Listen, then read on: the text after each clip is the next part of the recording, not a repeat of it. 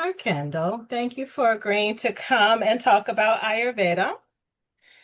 I wanted to start by Mhm. asking just what Ayurveda means to you.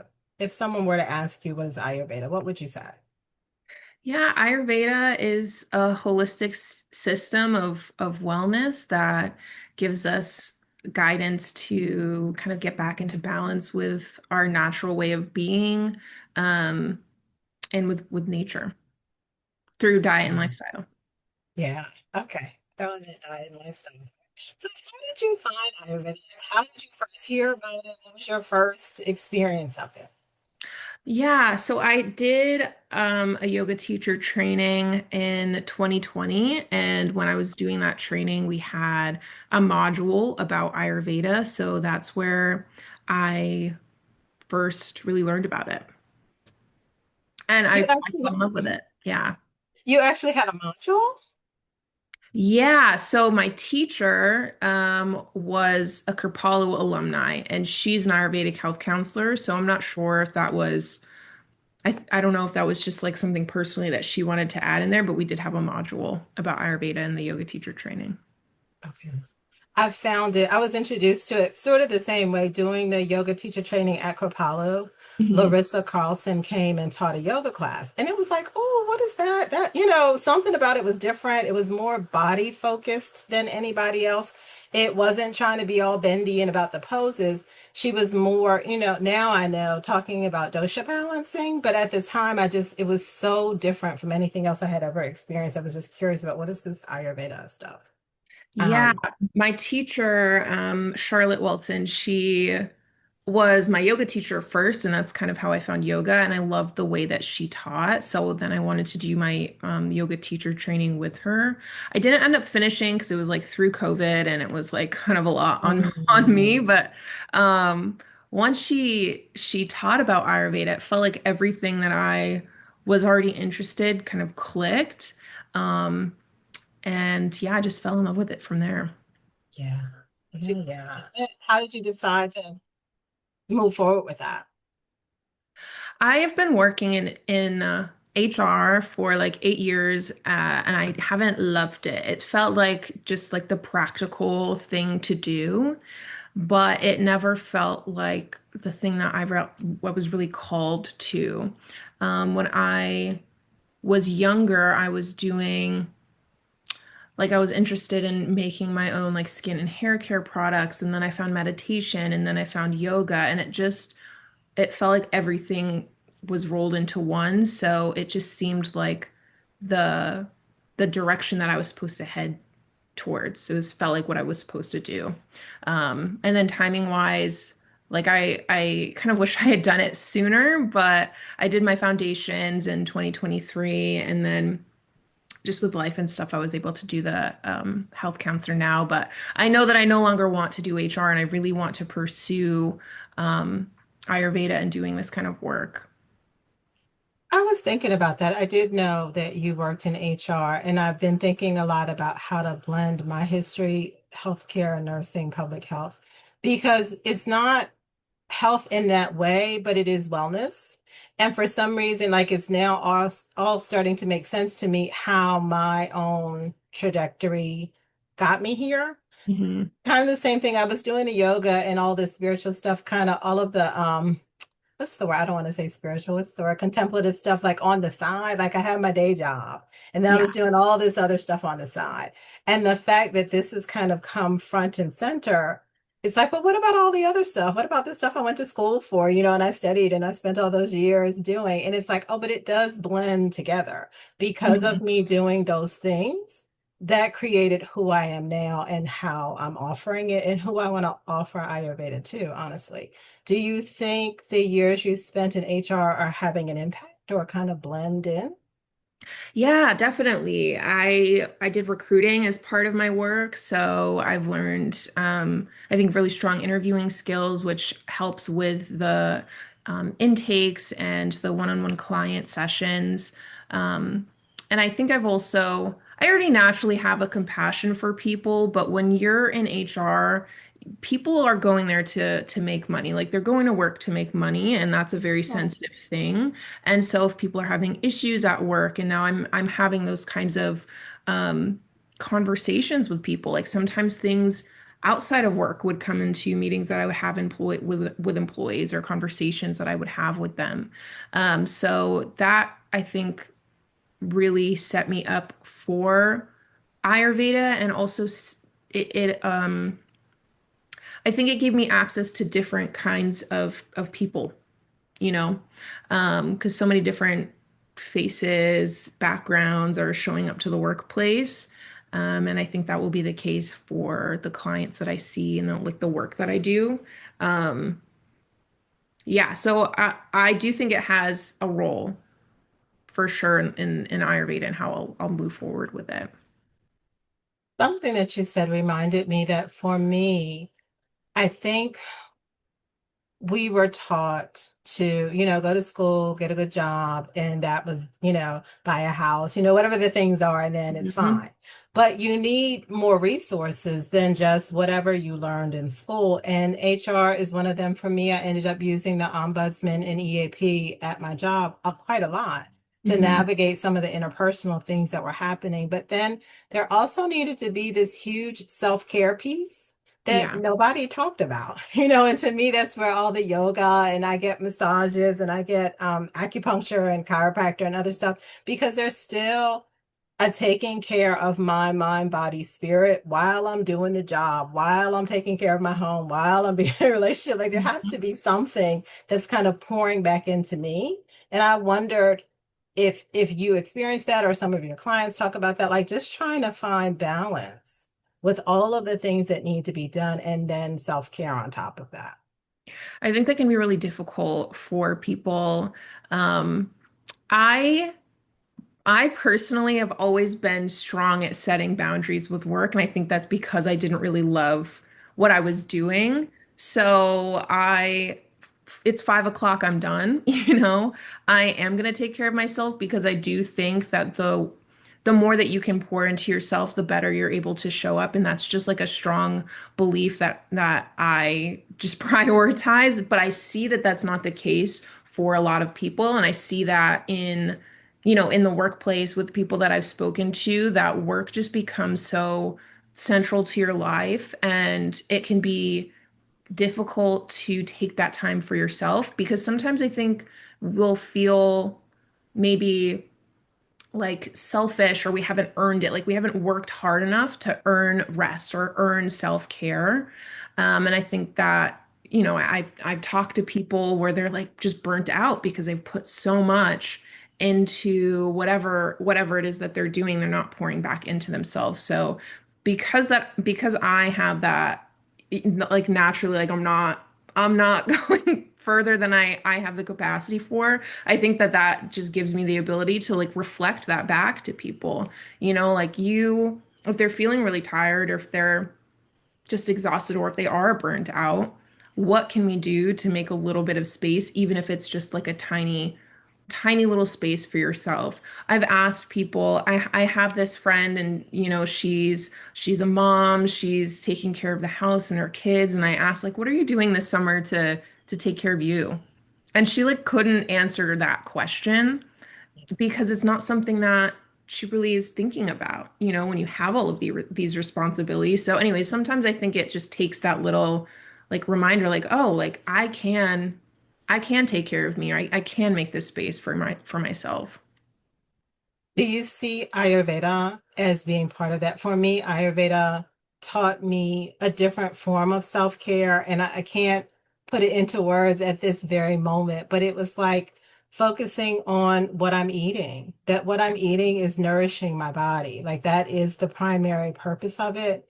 That I have been doing yoga and meditation, but not as part of a lifestyle routine, part of, you need to have something that's relaxing. You need like, it was just kind of throw something in there.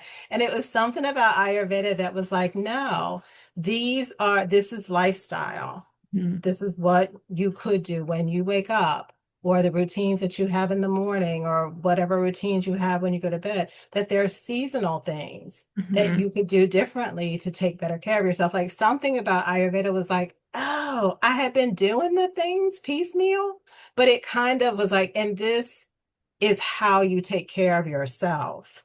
But again, body, mind, and spirit from a tradition and a perspective that had already figured it all out. And it was just kind of like, if you, pay attention to it in this way, like all of these pieces fit together. That's how it was for me. But I'm curious for you, your experience of Ayurveda.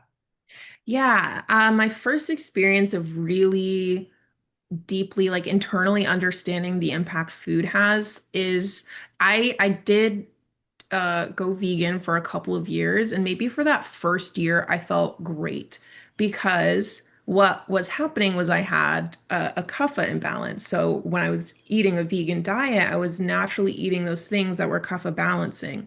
But then as time went on, I no longer had that kapha imbalance, but I was still eating in this way. So then it kind of tipped the scale the other way.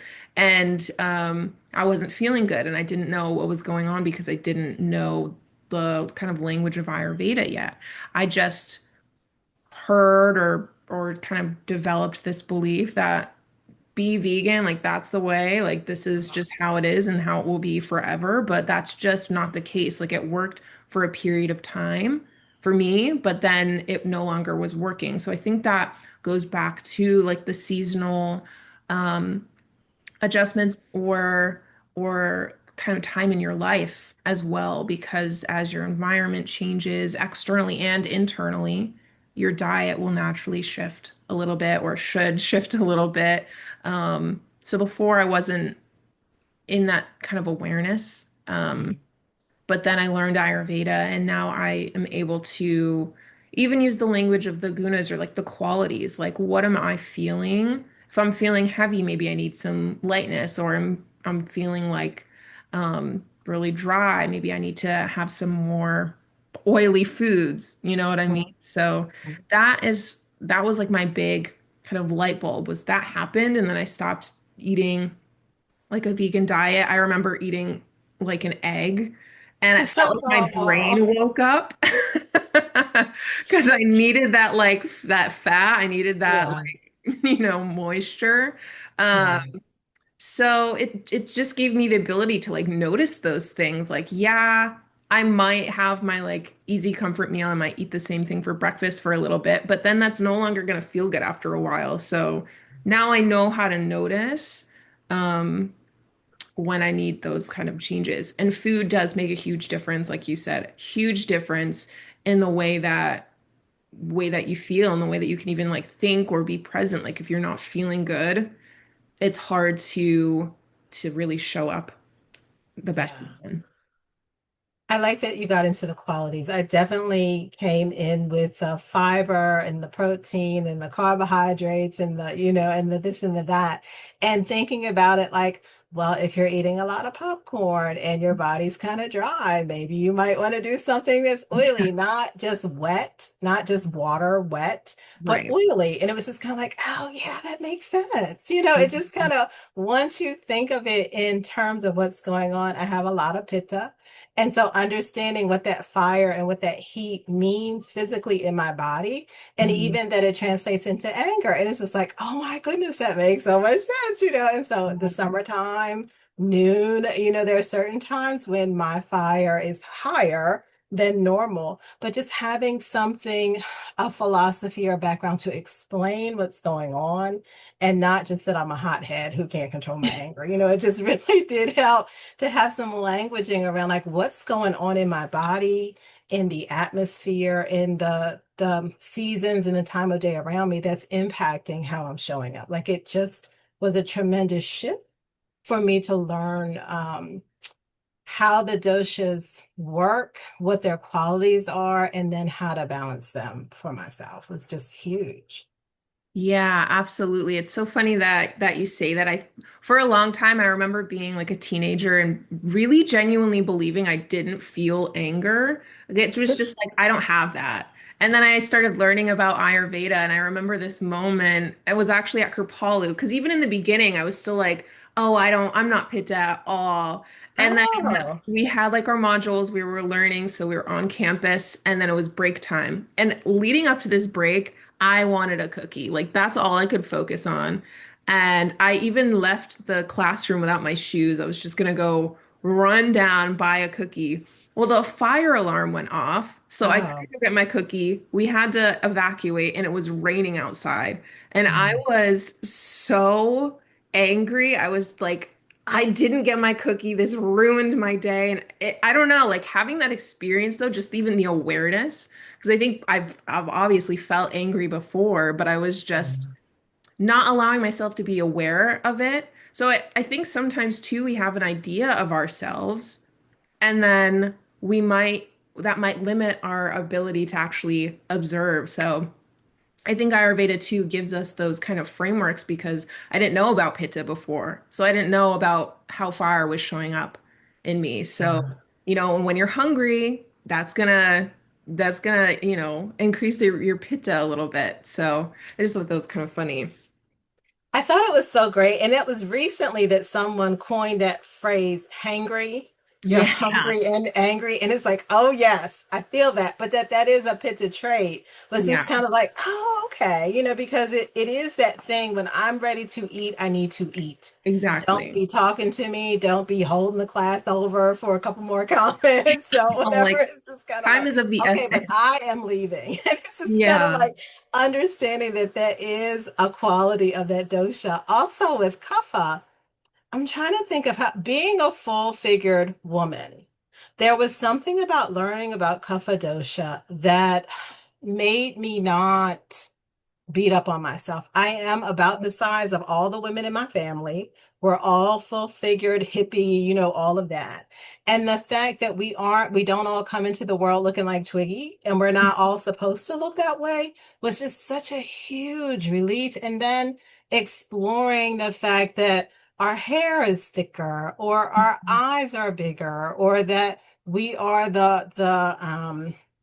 like the motherly, gentle, loving one of all of the doshas. It's like, okay, tell me some more good stuff going on in here. And But then, yeah, learning that there's certain body types, that there's certain temperaments, and that there's certain things that you can do to balance when there is truly an imbalance, but also kind of accepting what um what are the basic uh things that you came into the world with. It's just part of your makeup. It's just part of who you are and how you came in. And then the goal is not for everybody to look the same way. The goal is for you to make the most of who you are and how you show up and to balance what's going on for you. Like I love that approach to lifestyle and in doing these practices. yeah, it's not one size fits all. And I think a lot of us have been impacted by this notion of being skinny means being healthy.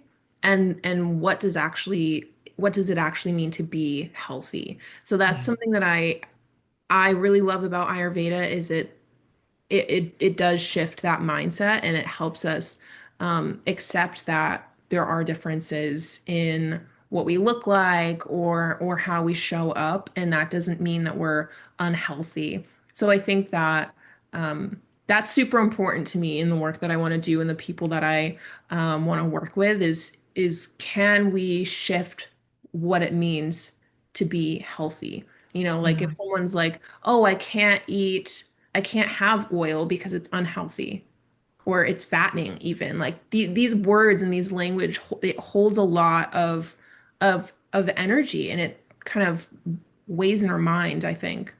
Um, Yeah.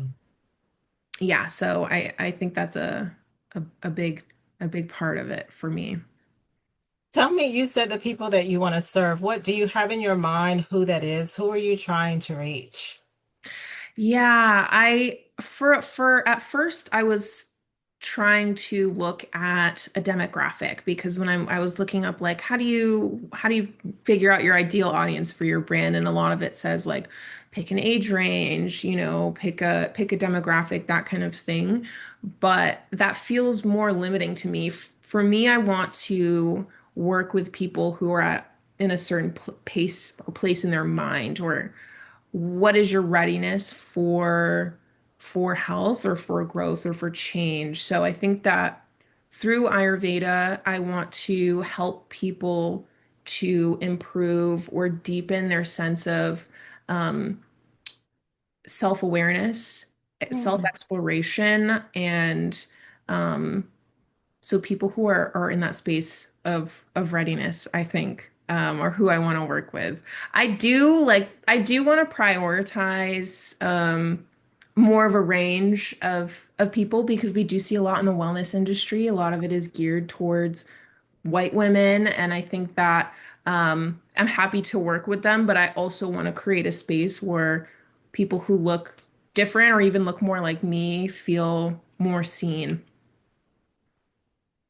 I want to get back to you use self-awareness, and I do want to talk about that, but I don't want to skip the opportunity to talk about people of color. This platform, not my whole YouTube channel, but the Coffee and Combos, I really did want that to be people of color who either offer certain modalities, like they're the ones providing it, or those that I know that are making the most of it. Mhm. Um, that we do feel like we have access to these, that we understand how they're useful and helpful, and to see others who look like us Mhm. using these modalities. I think so. Years ago, I did a yoga study for my job. I think 2011 is when we started. And we were doing yoga in a community that was prominently African American and Hispanic. That was the term that we used at the time, Hispanic.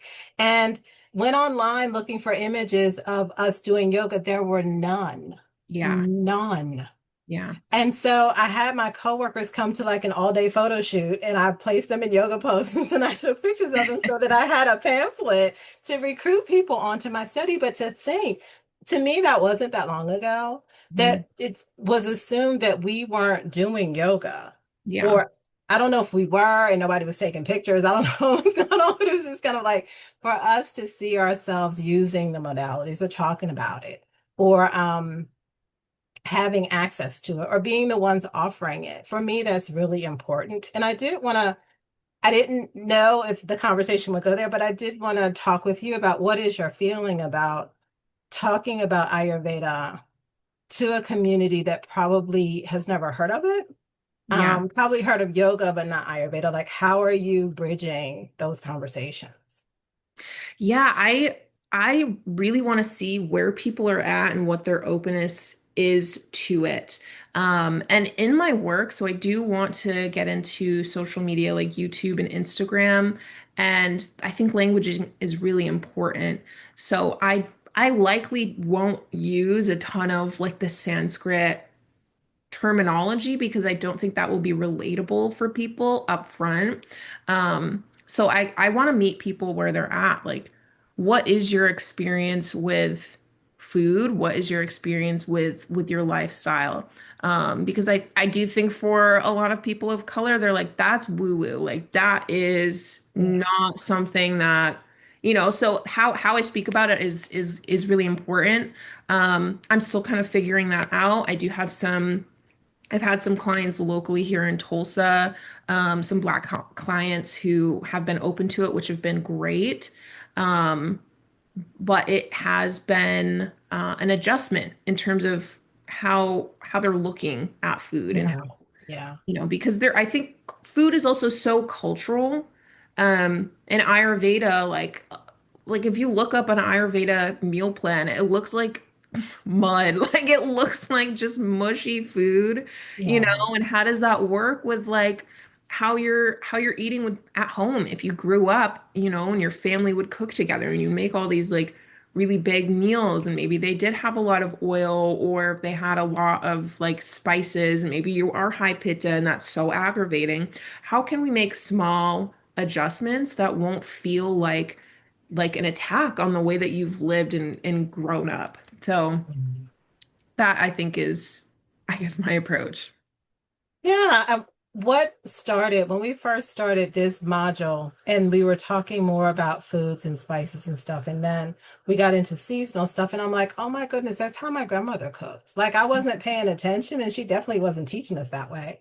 But the fact that in the wintertime there were more foods that have cinnamon in it, and I actually like started to list out what now I don't know what the thought process was behind it. I don't know that they knew certain times a year you use certain seasonings Or in the summertime, we tend to have more seafood and more salads. I'm Hmm. assuming because that's what's available. I believe she served us what was available seasonally, but it really does fit how you're supposed to eat within an Ayurveda framework. And then I started thinking about how my generation was the first to like eat McDonald's. Like we were the first Right. one to Yeah. really start the fast food trend and not want like I don't want collard greens, I don't want black eyed peas. I want McDonald's and fries and milkshake. And so really thinking about for me, what kept coming up is how healthy our diet was for us, what Mhm. my grandmother was feeding us. But as the generations went along, we were like, "Well, I don't want that food. I don't want something that took all day to cook in the oven." She had this fish that literally took all day to cook until the bones melted. And to Mhm. me, that was nasty. Like, how long has that thing been in the oven? But, Yeah. but with Ayurveda, I find myself going back, talking to my mom, talking to my cousins about, remember when we used to have this? Like, does anybody have the recipe? How do we make that now? And so it's there. I regret not paying attention and Mhm. not understanding the relevance that the food that she was serving was what my lineage had learned was healthy for us. But we just kind of threw that away like, I want bologna, I want squishy Yeah. bread, I don't want that homemade bread that's hard. And so it really is kind of going back and figuring out what of it I want to bring forward in my diet that Mhm. also fits that Ayurvedic criteria, but a lot of it does. And I just never would have known if I didn't understand the basics of what is Ayurveda aiming for. And then Yeah. thinking, oh yeah, we have food in our lineage that would go along with that.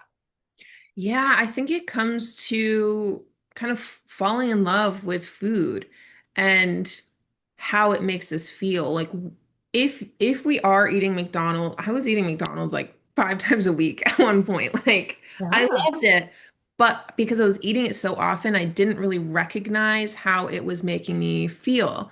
And then Yes. making those small shifts, starting to notice how much better I felt when I was eating literally anything else. Like, um, having that awareness and then, you know, making that connection. So some people don't love to cook, and I think that that can be okay. Like just because food has such an impact on how you feel, it doesn't mean you have to spend all day making that fish in the oven. Like that might be more of a treat if it is something you want to do if you like to cook. But there are smaller things that we can do, like even if you don't want to chop up your food, like go get the pre-chopped vegetables, And how can we make it easier for ourselves make to make the food, or even just choosing the healthier option, or like the option that might be more aligned with us, like getting a pre-made soup or something like that. Um, so I think there's so many ways that it can be approached, because I think sometimes too that can be daunting if someone feels like they have to start now cooking all of their meals from scratch 3 times a Yes. day, 7 days a week. Yes. Like, where do I have the time? I don't enjoy Yeah. cooking. No, I have to do all these dishes. Like, it does not have to be that way. So it's a practice, Yeah. and I think it is cultivating that self-awareness of what your capacity is, and then not kind of beating ourselves up for it. This isn't like a food example, but like I wanted to like go to the gym, but I noticed I get up in the morning, I just like put my bathrobe on. As soon as I put my bathrobe on, I'm done. I'm not leaving the house. Like I'm not going to change again into my gym clothes. So I'd have to get up and put my gym clothes on immediately if I was going to go. So Yep. just to, like notice that thing is like what's holding me back from making this change, if it's something like that, and Yeah. adjusting it right there. I'm 100% the same way. I have to put my clothes like I have a headboard and a footboard. I put my clothes on the footboard and it's like, get up and put the clothes on. Like, don't even think, don't Exactly. even, I don't want to go. Put the clothes on, eat something, whatever you're going to do, and just go out the door. Because if there's any thinking time, if there's Yeah. any, oh, let me do this or let me do that, I find some kind of way to be like, to do it another day. And so there Exactly. is the planning and the routine of it, I think is helpful. I'm grateful that you spoke about who has time to cook 3 meals a day every day. Like to Exactly. plan, to grocery shop and cook is a lot.